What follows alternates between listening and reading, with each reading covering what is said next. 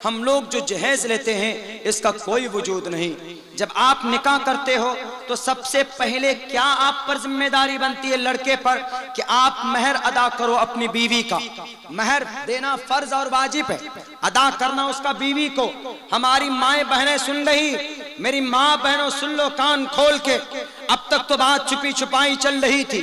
اگر آپ کی سماج کے ہماری کسی بہن کی شادی ہوتی ہے، اس کا مہر اگر طے ہوتا ہے 10 لاکھ روپے 5 لاکھ روپے، تو ہماری بہن کو، اس عورت کو یہ ادھیکار ہے کہ جب تک اس کو اس کا مہر نہ ملے وہ عورت کہہ سکتی ہے کہ ڈونٹ ٹچ می، آپ مجھے ٹچ نہیں کر سکتے، شوہر تو ہو، مہر میرا حق ہے۔ کیوں میں بول رہا ہوں؟ کیونکہ مکھیا ممبر صاحب بیٹھ کر آئیں گے، بریانی کھائیں گے، پیٹ پھلا لیں گے، چلو دین مہر طے کر۔ اور دین مہر طے کون کرتے؟ مکھیا ممبر صاحب۔ اور ادا کون کرتا ہے بیچارہ؟ کلو میاں۔ اور کلو میاں کی انکم کیا ہے؟ بیچارہ ٹھیلا چلاتا ہے، محنت کرتا ہے، مزدوری کرتا ہے، دن میں 500 روپے کماتا ہے، پورے سال میں 15,000 روپے، پورے مہینے میں 15,000 روپے کمایا۔ وہ 15,000 جوڑ جوڑ کر رکھے گا، اگر 10 لاکھ روپے مکھیا ممبر صاحب نے اس کی دین مہر طے کر دی تو وہ پوری زندگی کی کمائی میل کر بھی اپنی مہر ادا نہیں کر پائے گا، دین مہر نہیں ادا کر پائے گا۔ اسی لیے دین مہر اتنی طے کرو کہ جتنا لڑکا دے سکے اتنی طے کرو۔ اور میرے بھائیو، ہم لوگ دیتے نہیں ہیں، دینا ضروری ہے۔ معاف مت کرواؤ بیوی سے کہہ کے my madam I am your husband, میں تمہارا ہسبینڈ ہوں، میرا مہر تو معاف کر دو ذرا۔ نہیں، جائز نہیں ہے۔ آپ کی بیوی کا حق ہے، آپ کو دینا چاہیے۔ میری ماں اور بہنوں، آپ اپنی بچیوں کو بتائیں، یہ تعلیم علمی بات ہے، یہ حدیث کے اندر، شریعت کے اندر اس کا ڈیمانڈ ہے باضابطہ طور پر۔ مہر ایک کم کریں، نکاح کے بعد سب سے پہلے مہر فرض ہو جاتا ہے لڑکے پر۔ دوسرے نمبر پر نان نفقہ۔ آپ کی بیوی ہے تو اس کو ساڑی، اس کے جوڑے، اس کے کپڑے اور اس کا تیل، اگر پاؤڈر گرمی ہو تو پاؤڈر بھی دیجئے۔ بیوٹی اورنامنٹ کے لیے جو جائز انسٹرومنٹس ہیں آپ وہ دے سکتے اپنی بیوی کو۔ برانڈیڈ مت دیجئے، سادھارن آرڈنری لا کے دے دیجئے۔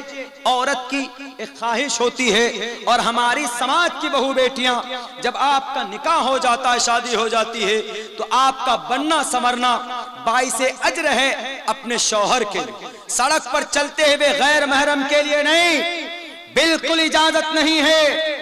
اس لیے کہا دھے پشیس سے مو پری سنترام پادکو ہر ماتے کوشل پکو قل للمؤمنات یغضضن من ابصارہن، نگاہیں نیچی رکھو، کسی غیر محرم مرد کو مت دیکھو، کسی غیر محرم کو چلتے ہوئے مت دیکھو۔ ایک تو یہ نان نفقہ۔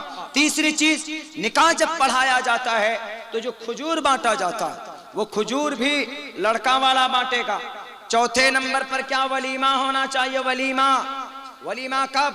بیوی کو لے کر آئے گھر پہ تو آپ ولیمہ کیجئے، یعنی اب لڑکا والا گاؤں سماج کے لوگوں کو دعوت دے کہ میری شادی ہو گئی ہے، ولیمے کی دعوت کھانے کے لیے آنا۔ یہ سنت طریقہ، یہ نہیں میں بارات جاؤں گا، کلکتہ سے بھی دوست کو بلایا، چانچل سے بھی بلا لیا، اور جناب شمسی سے بلا لیا، مالدہ سے بلا لیا، 80 گاڑی کر لیے، ہر ایک گاڑی میں ایک ایک براتی کو بٹھا دی، اور 80 لوگ کو لے کر پہنچ گئے بھی اپنے سسرال میں، اپنی بیوی ہونے والی بیوی کے گھر میں۔ جائز نہیں ہے، بالکل اجازت نہیں ہے اس کی۔ لڑکی کے گھر پر جا کر بارات بنا کر کے وہاں پر کھانا کھانا، شریعت کے اندر اس کی پرمیشن نہیں۔ ہمارے یہاں ایک شادی ہوئی، 80 گاڑی، اور 80 گاڑی میں 80 آدمی، ایک گاڑی کا کرایہ کتنا ہوگا؟ 1500۔ آپ لگا سکتے ہیں کہ لاکھوں روپے کرایہ میں دیا گیا ہوگا۔ اگر اس بدھو آدمی کو عقل ہوتی تو وہ 1,00,000 1.5 لاکھ روپے گاڑی کا کرایہ بچا کر کس کو دیتے؟ بچا کر کسی غریب بیٹی کی شادی ہو سکتی۔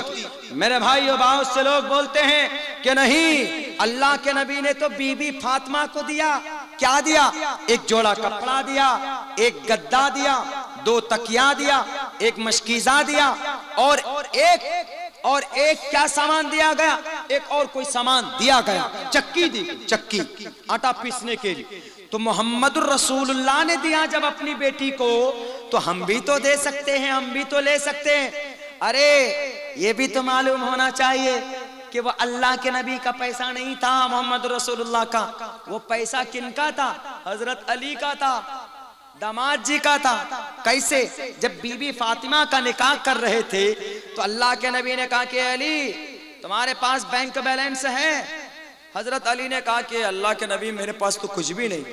کہا کہ ہاں ہے، تمہارے پاس ایک زرہ ہے نا جو تم جنگ میں استعمال کرتے ہو، وہ جو تمہارے پاس موبائل ہے اور جس میں تم قرآن پڑھا کرتے ہو۔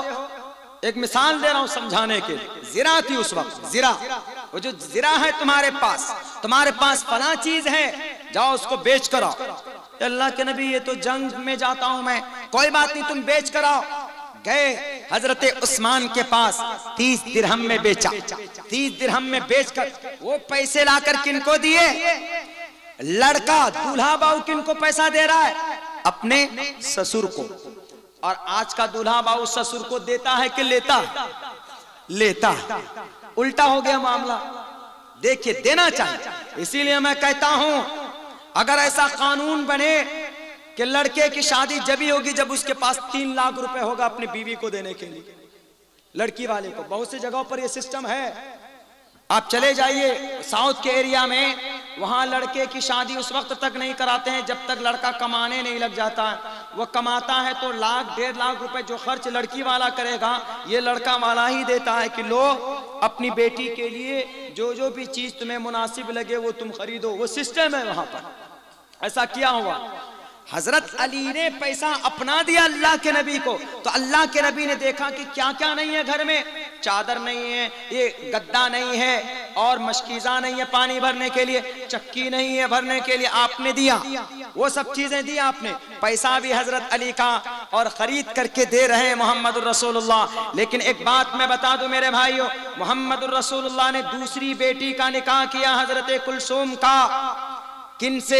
ایک مالدار لڑکے سے۔ مالدار لڑکا کون؟ حضرت عثمان سے۔ حضرت عثمان مالدار تھے، وہ بڑے تاجر تھے، ادیوگ پتی تھے وہ۔ تو حضرت عثمان سے جب نکاح کیا تو کچھ بھی نہیں دیا۔ کیوں؟